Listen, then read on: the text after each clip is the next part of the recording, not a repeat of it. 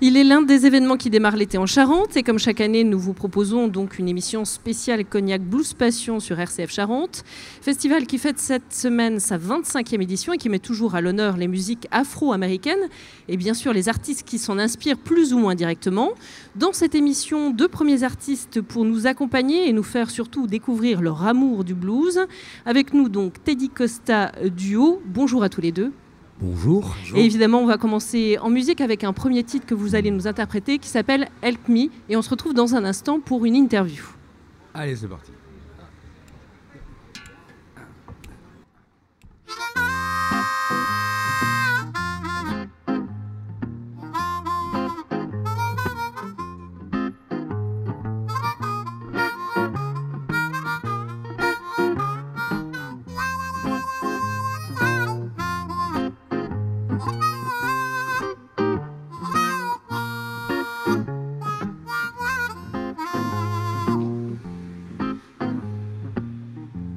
You're gonna help me, 'cause I can't do it all by myself.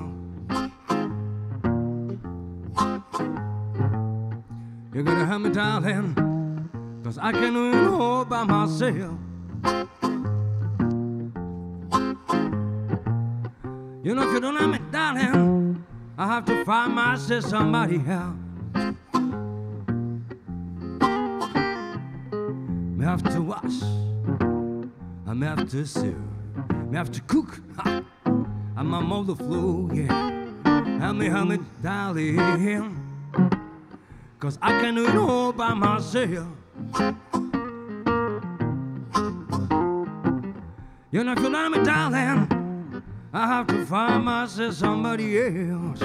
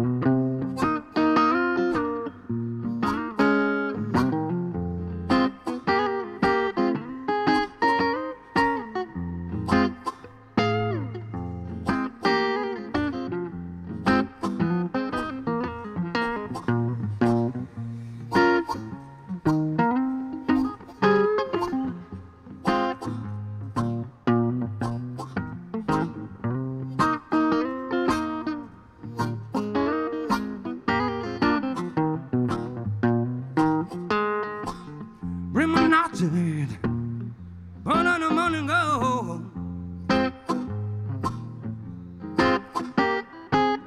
Remember not to, darling. I put on the money and go. I know it's sweet, baby, but I don't feel like laying down. I know it's sweet, baby, but I don't feel like laying down. I know it's right, baby, oh, but I don't feel like laying down.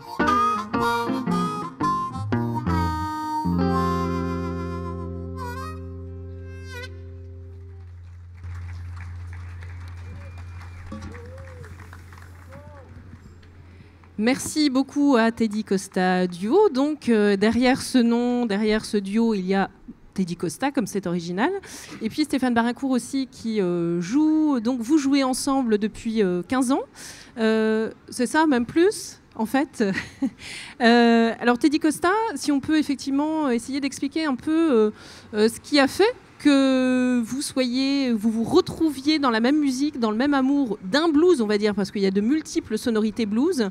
Qu'est-ce qui fait que l'un et l'autre, finalement, depuis 15 ans, 20 ans, je ne sais pas combien de temps, vous jouez ensemble et vous défendez, on va dire, un univers musical du blues en particulier? Comme pas mal de bluesmen, en fait, je pense, on a eu un peu le même parcours, c'est-à-dire qu'on monte un groupe puis un deuxième plutôt électrique au départ, donc avec basse, batterie, clavier, etc., des grosses machines de guerre. Et au bout d'un moment, on en a un petit peu ras-le-bol parce que finalement, on se rend compte que en tant qu'instrumentiste, plus il y a de musiciens, moins il y a de place finalement pour s'exprimer. Et donc, au bout de plusieurs années, une envie croissante, en tout cas ce qui me concerne, je pense, de vouloir faire effectuer cette sorte de retour aux sources de façon à retrouver moins d'instruments et peut-être plus d'expressivité pour chacun d'entre eux. Voilà. Donc du coup, effectivement, on est reparti d'abord tous les deux avec Stéphane sur une formule duo. Et cette formule duo, on s'est quand même rendu compte rapidement qu'il manquait un apport rythmique. Donc on s'est adjoint les services d'un contrebassiste qui n'est pas là tout de suite, mais qui est sur le festival avec nous, qui s'appelle Jérémy Pagis. Et ensemble, on a formé le trio Talao. Voilà. Donc c'est pour moi un très très bon compromis entre la musique très électrique, où il y a peu de place, et la musique très acoustique, où effectivement on peut s'exprimer et s'amuser comme des baleines.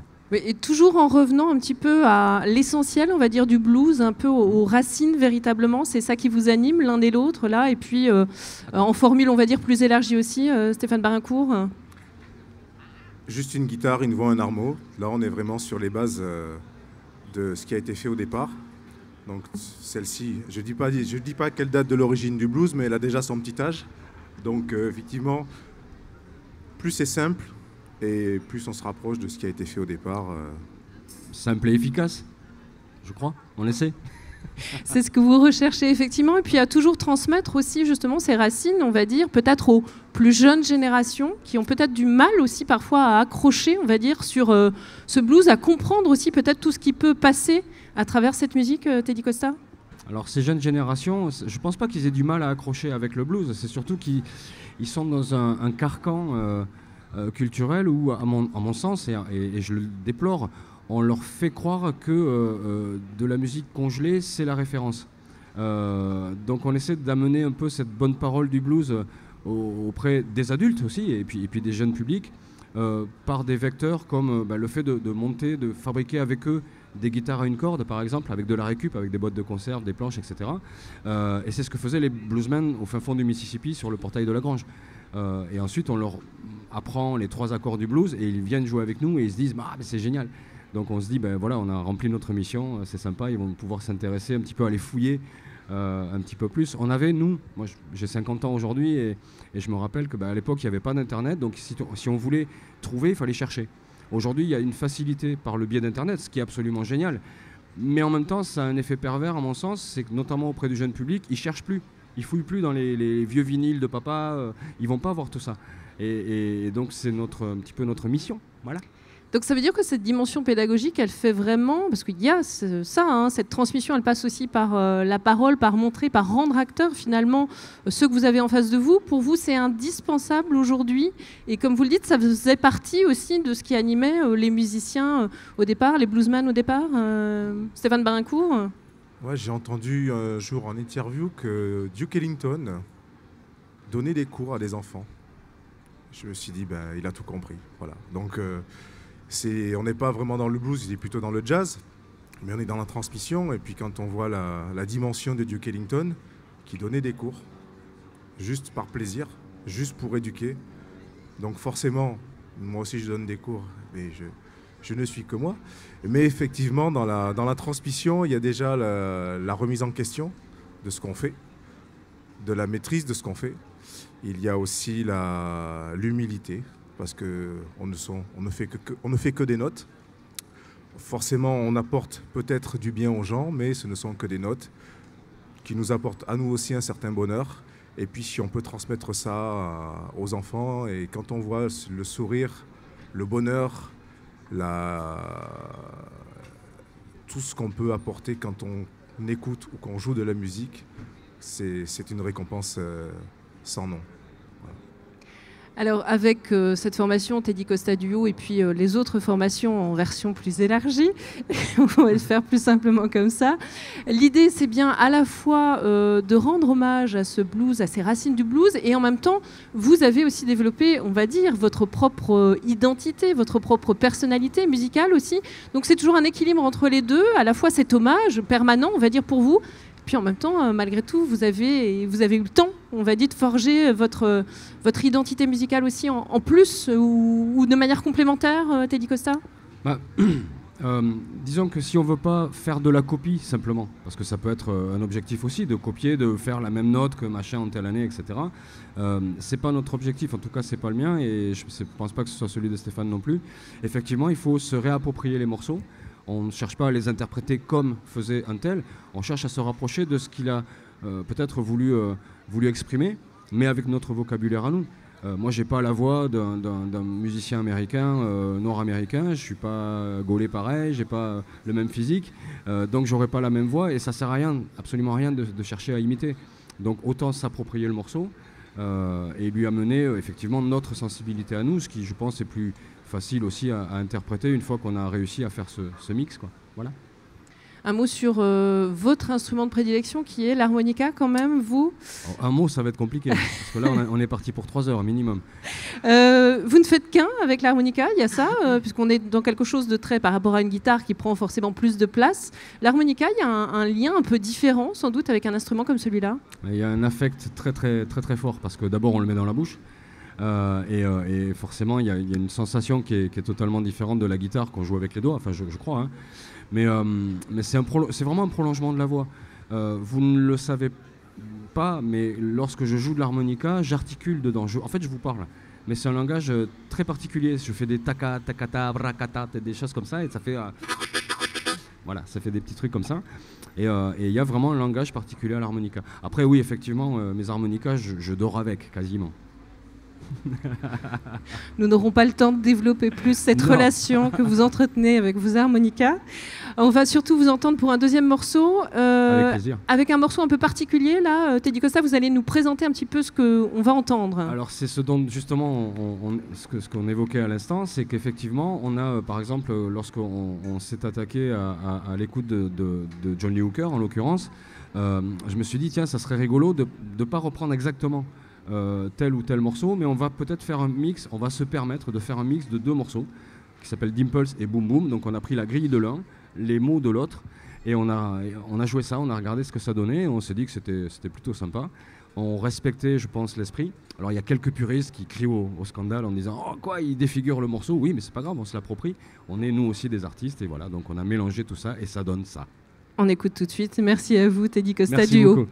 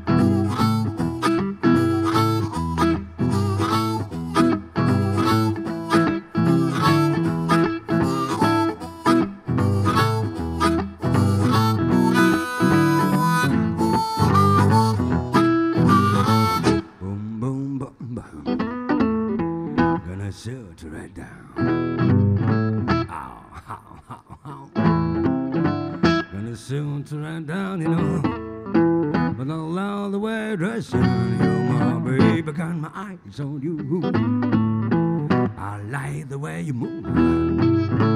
I love the way you do. I love the way you move, babe. I like the way you do. I love the way you move, oh my babe. I got my eyes on you.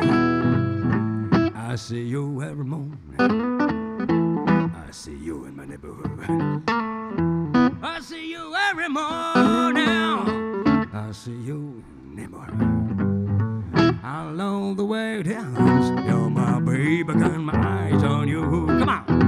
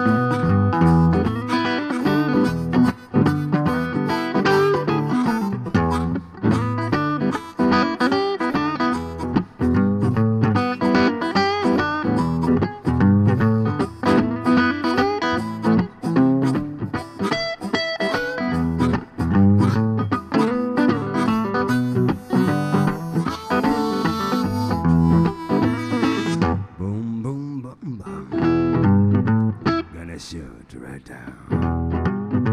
Boom, boom, boom, boom. Gonna shoot right down. But I like the way you you're my baby, got my eyes on you, yeah. I see you every morning. I see you in my neighborhood. I see you every morning. I see you in my neighborhood. And I like the way you play. You're my baby, got my eyes on you. Yeah, come on.